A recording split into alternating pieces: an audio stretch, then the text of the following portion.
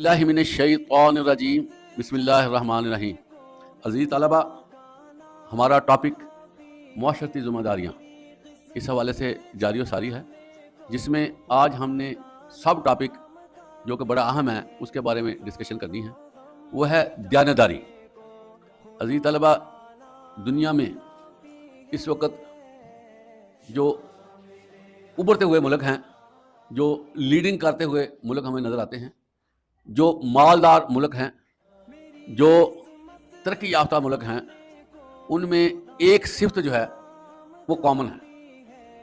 ان ملکوں کی سوسائٹیاں پلس ان کے رولرز ایماندار ہیں۔ زمین خزانے اگلتی ہے، پہاڑ ہمیں پانی مہیا کرتے ہیں، بادل بارشیں برساتے ہیں، سمندر ہمیں انواع اقسام کی چیزیں دیتے ہیں۔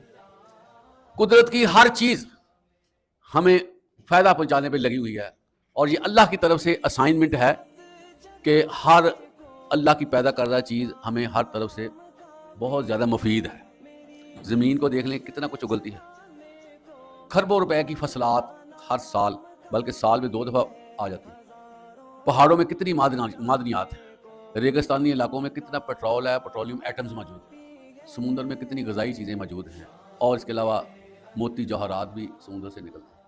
دنیا کو اللہ تعالیٰ نے گفٹ سے پیک کر کے ہمیں بھیجا ہے، اور جن ملکوں میں، جن معاشروں میں یہ فائنل کیا گیا ہے کہ جو چیز میری ہے اس پہ میرا حق ہے، جو چیز میری نہیں ہے میں نے اس کو چھیڑنا نہیں۔ جب یہ فیصلے ہوئے تو جو ابھی بچہ پیدا ہوا ہے، جس نے ابھی سینس لینا شروع کر دیا ہے، اچھے ملکوں میں اس بچے کو ہی بتا دیا جاتا ہے کہ جس چیز پہ تمہارا حق ہے وہ تم نے لینی ہے، کسی کا حق نہیں لینا، کسی کی چیز کی طرف دیکھنا ہی نہیں۔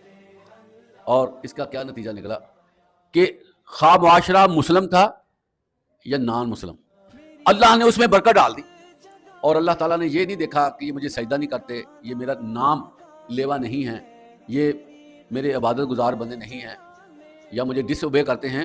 اللہ تعالیٰ نے برکت ڈالی، اور وہ ملک جو ہے اس وقت آرام کی اور شاندار زندگی گزار رہے۔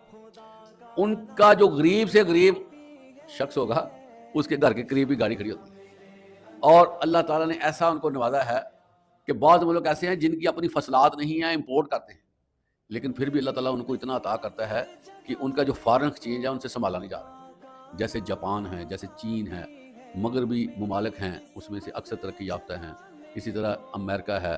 یہ ملک کیا ہیں؟ بس honesty is the best policy.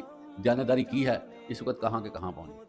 عزیز طلبہ، دیانتداری کو ہم نے ڈیفائن کرنا ہے کہ یہ کیا ہے۔ دیانتداری یہ نہیں کہ آپ کاروبار کرتے ہیں تو آپ دیانتداری کریں۔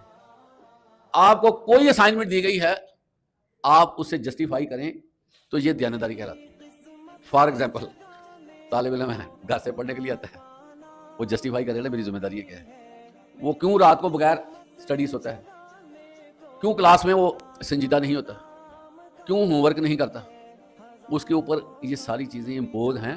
اگر وہ دیانتداری سے اگر ورکنگ کرتا ہے، بتائیں اس کو کوئی ترقی سے روک سکے گا؟ کتنا پوٹینشیل ہوتا ہے، اللہ نے جسم میں دیا ہوتا ہے، لیکن جب بندہ اپنے کام سے بددیانتی کی طرف آتا ہے نا، تو اس کا وجود جو ہے نا اس کے خلاف ہو جاتا ہے۔ یہ جو بات میں کر رہا ہوں یہ فیکٹ ہے، نفسیاتی طور پر بھی ذرا غور کر لیں کہ جو بددیانت شخص ہوگا نا اس کی ورکنگ ختم ہوتی جاتی ہے، پھر اس کو شیطان ایسا ورک لاتا ہے کہ تم جھوٹ بول دینا، تم ایسے ہی رہو، وہ بھی ایسے ہے، وہ بھی ایسے ہے، وہ ایگزامپل اس کے دماغ میں ڈالتا ہے، تم نے کر کے کیا لینا، فلاں نے اتنا کر لیا، اس کو کیا ملا، تم کیوں کر رہے ہو؟ تو مختلف قسم کی چیزیں ڈال کر اس کی جو کام کرنے کی صلاحیت ہے اس کو مجروح کر دیتا ہے، اور پھر بندہ پیچھے رہ جاتا ہے۔ عزیز طلبہ، یہ جو مواقع ہیں نا، یہ حضرت آدم علیہ السلام سے شروع ہوئے ہیں، اور یہ بات دماغ میں بٹھا لیں کہ قیامت تک مواقع ختم نہیں ہوں گے، لیکن ان مواقعوں کو حاصل کرنے کے لیے بندے کو ایلیجیبل ہونا پڑے گا کہ میں اس کے اہل ہوں، مجھے دیا جائے۔ ایک کراچی میں فیکٹری ہے، وہاں پر لکھا ہوا تھا کہ یہاں پر ملازمین کی ضرورت ہے۔ ایک بندے نے وہ بینر دیکھا، سائن بورڈ کو دیکھا، تو وہ فیکٹری میں چلا گیا، اور اس نے خواہش کی کہ میں جنرل مینیجر سے بات کروں۔ وہ بندہ ویل ٹو ڈو تھا، اس کو اجازت دی گئی کہ چلے مل لیں آپ۔ اس نے جنرل مینیجر سے یہ سوال کیا کہ جناب والا، ہمارے ملک میں ان امپلائمنٹ بہت زیادہ ہے، بے روزگاری کا طوفان ہے، تو آپ اشتہار لگا رہے ہیں کہ ہمیں ملازم کی ضرورت ہے، ملازمین کی ضرورت ہے، تو آپ کو ملازمین نہیں مل رہے؟ اس نے جو جواب دیا نا، وہ سننے والا ہے, سمجھنے والا ہے کہ ہمارے پاس بہت سے لوگ آتے ہیں لیکن وہ ہمارے کام کے اہل نہیں ہوتے, اس لیے ہم اس کو رکھتے نہیں. عزیز طلبہ, نیا ٹرینڈ آپ نے دیکھا ہوگا, سنا ہوگا, پڑھا ہوگا کہ جو لوگ بہت پڑھے لکھے ہیں نا, وہ جب انٹرویو کے لیے جاتے ہیں وہ کہتا ہے میں یہ ہوں, میں نے اتنا کورس کیا ہے, میں نے یہ کام کیا ہوا. تو انٹرویو لینے والے کہتے ہیں یار سارے ڈاکومنٹس تم ایک طرف رکھ دو, جو ہماری ریکوائرمنٹ ہے ہم تم کو اس حوالے سے ایویلویٹ کریں گے. اگر تم ہماری ریکوائرمنٹ کے تعلق پورے اترو گے تو ہم تمہیں رکھ لیں گے. ہمیں تمہاری پی ایچ ڈی کیا کرنی ہے جب تم ہمارے معاملات پر پورے نہیں اترتے. تو جتنے بڑے بڑے ملک ہیں انہوں نے ڈگریوں کو سائڈ پہ رکھنا شروع کر دیا. وہ کہتے ہیں پہلے اپنی ایلیجیبلٹی تو دکھاؤ کہ تم کام کر سکتے ہو, جس چیز کی تم نے ڈگری لی ہے تمہارے اندر بھی موجود ہیں یا نہیں. اب دیکھیں عزیز طلبہ, سیمیسٹر سسٹم آیا ہوا ہے. سیمیسٹر سسٹم میں کیا ہوتا ہے کہ پڑھو اور اس کو پیپر پہ اگل دو. بہت سے لوگ جو ہیں وہ اپنے اساتذہ کی ٹی سی بھی کرتے ہیں, ان کو پروٹوکول دیتے ہیں, ان کی کام وغیرہ کر دیے یا ان کے ساتھ لنکس بنا لیے, وہ ان کو نمبر بھی اچھے مل جاتے ہوں گے.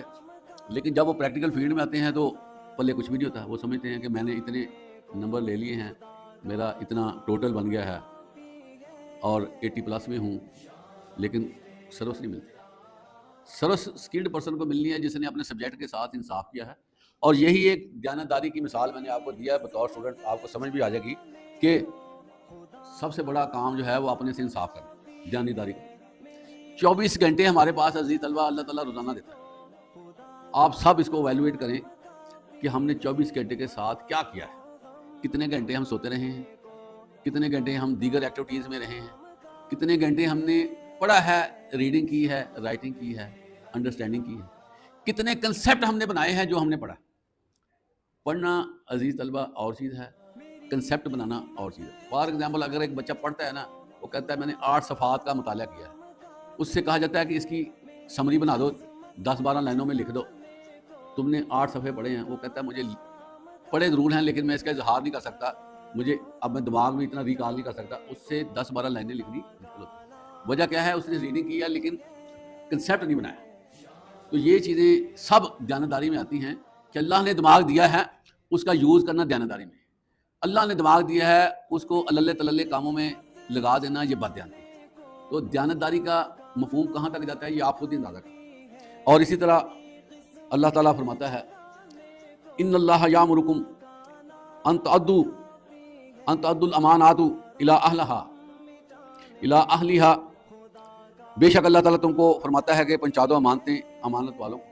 یہ دیانتداری کی دوسری بات ہے کہ آپ کے پاس جو کسی کی امانت ہے آپ ایز اٹ از اس کو دے دیں. تو اس میں بھی یہی چیزیں آتی ہیں کہ اگر آپ کے پاس کوئی ایسی چیز نہیں جو امانت رکھی ہے, آپ کو اس نے کوئی بات بتائی ہے کہ یار یہ میری بات کو امانت رکھنا کسی سے کرنا نا, اگر آپ کر دیتے ہیں تو وہ بھی بد جانتی ہے. وہ آپ سے مشورہ لیتا ہے, کہتا ہے میں نے یہ کام کرنا ہے, اس کے بارے میں مجھے مشورہ دو. اگر آپ کو پتا ہے کہ جو مشورہ میں دے رہا ہوں وہ اس کے لیے ٹھیک نہیں ہے, وہ بھی بد جانتی میں چلا جائے. اس لیے آپ دیکھیں کہ دیانتداری کا عمل کہاں کہاں جاتا ہے اور کیسے کیسے دیانتداری کا ہمارے ساتھ رابطہ.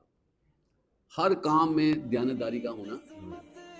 اب دیکھیں نا, ہم شادی بیاہ پہ جاتے ہیں, آپ کو اپنی کیپیسٹی کا پتہ ہے کہ میں کتنا کھا سکتا ہوں, آپ پلیٹ بھر لیتے ہیں اور اس سے اتنا کھایا نہیں جاتا. یہ بدجانتی میں آ جائے گا کہ آپ نے جس انڈسٹری کی ہے آپ کو پتہ تھا کہ کھایا نہیں جائے گا, آپ نے زیادہ ڈال دیا, اس رزق کے ساتھ آپ کی بدجانتی ہیں. اسی طرح اللہ تعالیٰ فرماتے ہیں اور جو اپنی امانتوں سے اور اپنے اقرار سے خبردار ہے. یہاں پر بات آ رہی ہے قول و اقرار کی, کہ اللہ تعالیٰ فرماتے ہیں کہ وہ لوگ جو جن کو امانت دی جاتی ہے ان کو پتہ ہوتا ہے میرے پاس امانت ہے, اور پھر جو بات منہ سے نکالتے ہیں, کسی سے وعدہ کرتے ہیں, اس کی بھی پاسداری کرتے ہیں. تو اس سے آپ اندازہ کریں کہ کتنا حساس پہلو ہے دیانتداری کا, کہ ہر چیز کے بارے میں بندے کے ساتھ اس کا سابقہ پڑتا ہے. اور جو بندہ دیانتداری کو سمجھ جاتا ہے نا, اس کے قول و فعل میں مطابقت آنا شروع ہو جاتی ہے, اس کی ورکنگ اچھی ہونا شروع ہو جاتی ہے, اس کا نظام الاوقات پورے دن کا وہ بن جاتا ہے. اب آپ کو میں بتاؤں, دیکھیں ہمارا اور دوسرے ممالک جو ترقی یافتہ فرق دیکھیں. یہ جو جاپانی قوم ہے, ابھی بچہ تھوڑی سی رائٹنگ میں آتا ہے, لکھنے کے قابل ہوتا ہے, سب سے پہلے پتہ کیا لکھتا ہے آپ کو, کیا لکھتا ہے, وہ سب سے پہلے ڈائری لکھتا ہے کہ میں نے اپنے 24 گھنٹے کیسے گزارتے ہیں, میں کب سوؤں گا, کب اٹھوں گا, میرے کھانے کے اوقات کون کون سے ہیں, میرے پڑھنے کے اوقات کون سے ہیں, میرے کھیلنے کے اوقات کون سے ہیں. اس کا نتیجہ کیا نکلتا ہے عزیز طلبہ, وہ ابھی ابتدا میں ہوتا ہے, وہ بطور پرسنالٹی سامنے آنا شروع ہو جاتا ہے.